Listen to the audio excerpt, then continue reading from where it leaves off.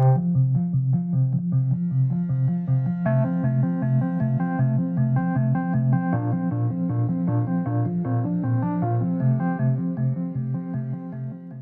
tout petit, Franck Caron a un très joli coup de crayon.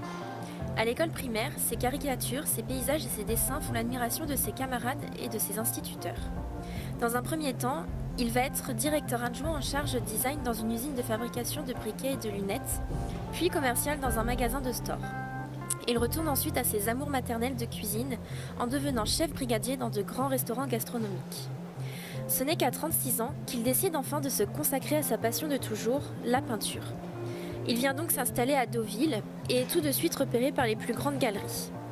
Les succès s'enchaînent ensuite. Honfleur, Paris, la Suisse, les États-Unis, le Japon, la Russie et d'autres. Les tableaux de Franck Caron se vendent partout et forgent sa cote. À 47 ans, Franck monte une expo qui va changer sa vie.